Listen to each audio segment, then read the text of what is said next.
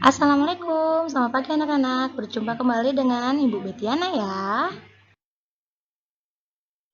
Hari ini kita belajar tema 1, indahnya kebersamaan. Subtema 1, keberagaman budaya bangsaku. Pembelajaran 4.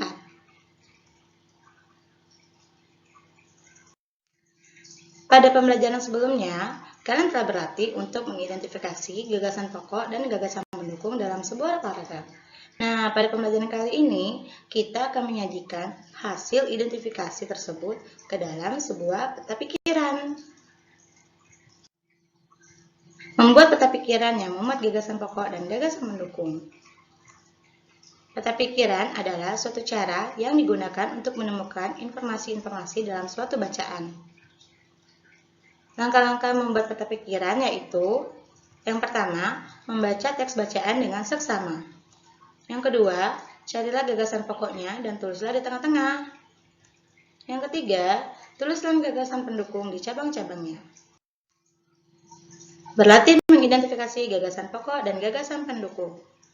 Pada buku tema 1 kalian, di halaman 51 terdapat teks bacaan yang berjudul Tarik Kipas Pakarena. Di sana ada 3 paragraf. Ayo kita pelajari bagaimana cara membuat peta pikiran paragraf pertama dan paragraf kedua. Paragraf pertama, kita baca sama-sama ya. Tari Kipas Pakarena merupakan kesenian tari yang berasal dari Goa, Sulawesi Selatan. Tarian ini sudah menjadi tradisi di kalangan masyarakat Goa yang merupakan bekas kerajaan Goa. Nah, di sini di kalimat pertama itu merupakan gagasan pokok dan di kalimat kedua merupakan gagasan pendukung.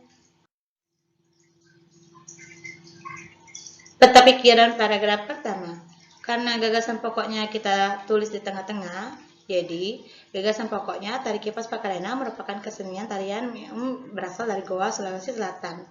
Gagasan pendukungnya di kalimat kedua itu kita bisa buat gagasan pendukungnya menjadi dua, yaitu gagasan pendukung tarian ini adalah tradisi bekas kerajaan Goa, dan gagasan pendukung lainnya yaitu tarian ini menjadi tradisi masyarakat Goa. Paragraf kedua kita baca sama-sama ya. Kisahnya berawal dari perpisahan antara penghuni Botinglangi atau negeri Kahyangan dan penghuni Rino atau bumi pada zaman dahulu. Konon, sebelum berpisah, penghuni Botinglangi sempat mengajarkan kepada penghuni Rino cara menjalani hidup, seperti bercocok tanam, beternak, dan berburu. Nah, di sini, di paragraf kedua ini, semuanya itu adalah gagasan pendukung. Nah, kita buat peta pikirannya ya. Peta pikiran paragraf kedua. Di sini karena paragraf kedua itu merupakan gagasan pendukung, jadi gagasan pokoknya yaitu adalah kisah yang membelatar belakangi tari Pakarena. Nah, gagasan pendukungnya yaitu penghuni Botinglangi mengajarkan kepada penghuni Lino cara menjalani hidup. Dan gagasan pendukung berikutnya yaitu kisah berawal dari perpisahan antara penghuni Botinglangi dan penghuni Lino. Nah, kalian telah memahami kan bahwa Indonesia adalah negara yang memiliki keragaman baik suku bangsa, bahasa daerah, dan budaya. Nah, bangsa Indonesia terikat oleh rasa persatuan dan kesatuan yang sangat kental, sehingga bisa hidup dengan tentram di tengah keberagaman yang ada. Di dalam keluarga, hampir setiap anggotanya berbeda. Di sekolah, kamu mempunyai teman-teman yang berbeda. Di masyarakat, kamu mempunyai tetangga yang berbeda-beda.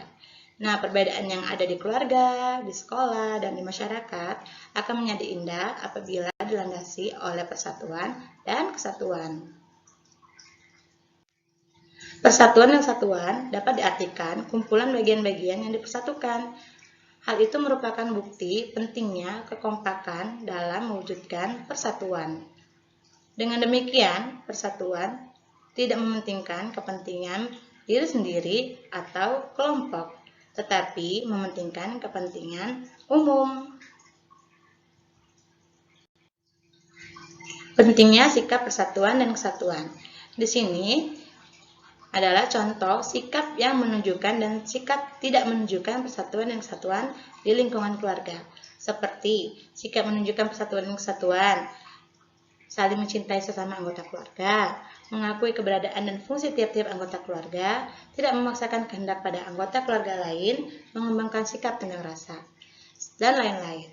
Sedangkan di sini, sikap tidak menunjukkan persatuan dan kesatuan seperti tidak mencintai sesama anggota keluarga, tidak mengakui keberadaan dan fungsi tiap-tiap anggota keluarga, tidak memaksakan kehendak pada anggota keluarga lain, tidak memiliki sikap tenggang rasa.